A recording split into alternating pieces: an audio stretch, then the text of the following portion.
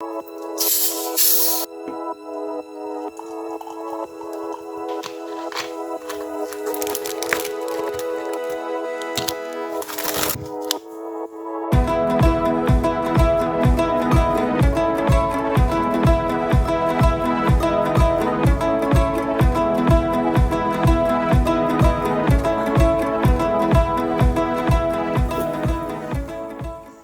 I just want to talk to you a little bit about what's been going on and how to move forward, because it's been a really difficult season in life, and I know, I feel like we say that all the time, don't we?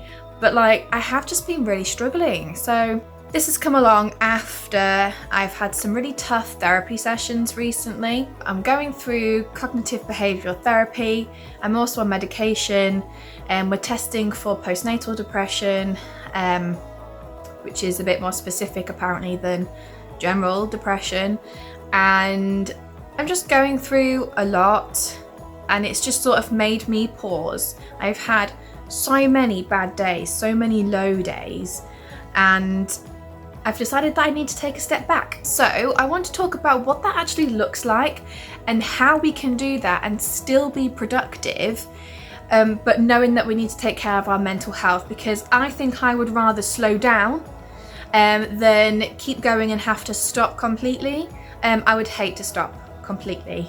And it's hard to admit this, I get that. It is very hard to admit this, but you just get to a point where your mental health has to come first. I read something recently, I can't remember where, but it talked about if you were physically ill, say you had, I don't know, tonsillitis, or you had a headache, or you had a chest infection, what would you do? Well, you would rest, wouldn't you? You'd rest, you would eat lots of good food, things that were good for you. If you had a sore throat, you might be having soups and ice creams. If you had a headache, you'd probably go and lie down. You'd take some tablets probably, maybe. You would stop, you would rest, you probably wouldn't go to work, you would maybe just sit and blob and watch the telly. You would do things slow down so that your body could heal. And that's exactly the same thing that we should be doing for our mental health. And if you feel yourself, if you know that you are struggling and that you are getting ill, then we need to give our bodies what it needs. So I'm just going to explain that a little bit more in case you're a little bit confused. So I can tell that my mental health is not stable at all. And I feel a lot of guilt around that. And I don't want this video to be all about Rianne's mental health, but it is all about recognizing where you are and then trying to give yourself what you need. But creatives like me, like you, if you're watching this, we almost feel like we need to create all the time, and then we feel guilty if we don't. Or if we get stuck, we feel bad, but we need to still create. It's this weird little vicious cycle. We know we need to rest, but we don't know how to do that. So let's think practically. We're thinking practically now.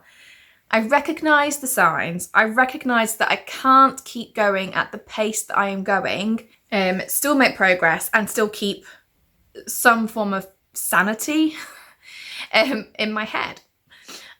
So I'm going to take a step back from YouTube.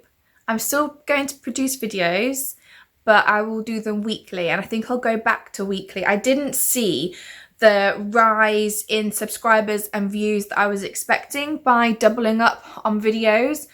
And whilst I feel like sometimes, you need to push past the blips that you have and keep going because what's around the corner, I know I just don't have the mental capacity all the time. I have 3 days a week, well, from 9 till 3. So I have 3 lots of 9 till 3s. One of those days I have my therapy on, and it just sort of takes it out of me. And I was so wiped out and so drained. I needed that time to sort of reconnect, and I'm just fed up of feeling guilty for needing that time. But I thought, hang on a minute, if I was seriously physically ill, everyone would be telling me to rest. everyone would be telling me to slow down. So why am I not doing that? Just because it's mental health?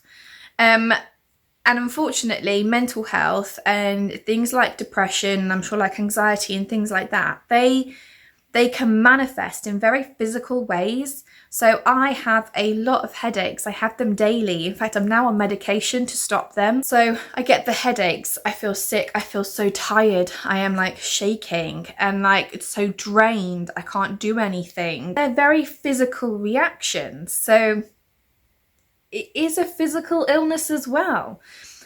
So let's get back on track. We're doing one video a week, because one day out of my 3 days is just taken up with therapy. So I have 2 days left. So on one of those days, I'll be doing videos, editing, social media stuff. That'll be where I do like a lot of my correspondence and booking things and etc. And then on the other day, which will probably be like the Friday, it will be my writing day and my like that creative day in terms of like writing. I'll do editing, things like that, any plotting that needs doing. I need to remember why I'm doing all this. It's for writing, so I want to write. Another thing is that this is really affecting my writing. I am struggling to feel creative enough to write, but when I'm not writing, I feel really lost and stuck. So I've been planning and plotting this guard series for ages. I've been replanning and replotting it so many times, and I wanted it to be perfect. I wanted to have the plan in place. I wanted to have the whole series planned out.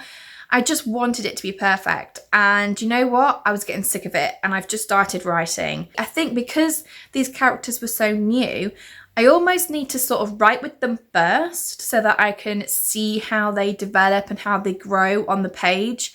This is going to sound crazy, but if you're a writer, you probably know what I'm about to say, in that the characters can sort of talk to me, not actually like have a conversation. They just flow out of me, and I am the conduit, if that makes sense. And I know that probably does sound a bit crazy, but I've heard a lot of authors talk about this, and it really is true for me.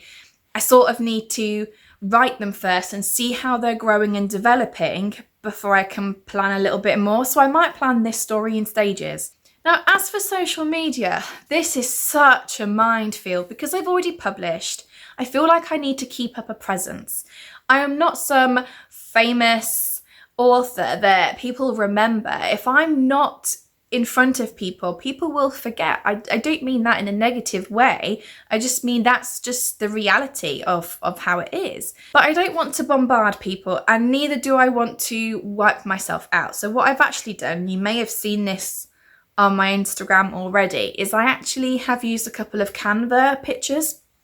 So I had the free version of Canva, which is annoying because all the pictures I want are on the pro account. Yeah, so what I've done is I've just taken some of their photos just to help me out a little bit. Like, my office is just a dumping ground. It's a state at the moment, and it just causes me a lot of stress knowing that I can't go in there and take photos or do my videos down here in the living room, in case you couldn't tell. So I thought, why not eliminate some of that stress and just use some of the Canva photos? It's there for a reason. I also am part of a group called Lemon Friday. They are specifically about Instagram for authors, and they have a lot of photos each month in their toolkit that I also downloaded some of those photos, and I'll be using some of those over the next few weeks. I've basically just got a bank of photos together that I can use in my Instagram strategy. I also was trying to have like a cohesive look on my Instagram, but I just can't keep up with it. Again, I think it takes a little bit too much of my brain power, and I need to conserve that energy. I can't be using it all on other things and then have none left for writing. That's absurd, isn't it? So I'm sorry, there won't be a cohesive look on my Instagram coming up, but hopefully you will start seeing when I can post. I'll be posting things that I want to post about, want to talk to you about, want to share, and want to communicate and grow that community. So hopefully you'll see that moving forward. So I am trying to think proactively about how I can reduce some of the stress and the pressure that I've put on myself, and then making sure that I have one whole day for writing, purely focused on writing. And that's going to be a bit weird because I'm doing a sort of plotter pantster mix hybrid. There has to be a name for that. I'll have a little look. And that's what I'm doing. So this sort of chat today was just all about recognizing that you need to slow down, but how can we do that and still make progress? And that's what I'm hoping to do. I have my overall HB90 plan, so I know what I'm sort of aiming for. I don't think I'm going to hit many of those goals at the end of Q2, but I'm certainly taking steps towards that. And I just need to give myself the break and the space to understand that that's fine. And it's really difficult to process that. I get that. But we all need to try and give ourselves that space and treat our mental health like we would our physical health. And if you've suffered with mental health issues before, you'll know that, again, it can manifest in very physical ways. So we need to treat it like it is a physical ailment. It's for your own good. You're protecting your future self as well. For me, it's about protecting my children too. I want them to have a consistent mummy, not a, what kind of mummy are we getting today? And I want to write long term, and I can't do that if I burn myself out so much. And there's no point in building a massive following if I can't produce any books to go with that. So here's to recognizing when we need to stop, recognizing when we need to slow down and give ourselves that grace. And I say that with a massive pinch of salt, it's not easy. And to focusing on the heart of what we do. So for me, that's writing, then building a community and being authentic. And hopefully that's coming across today. Let me know down below how you're feeling at the moment, and if you agree with anything that I've said. I'd love to hear your thoughts on this and how you might protect your mental health. I'd love to chat with you, and I hope you are feeling good. But if you're not, we'll be in it together and we can have a little chat. So until next time, guys, bye.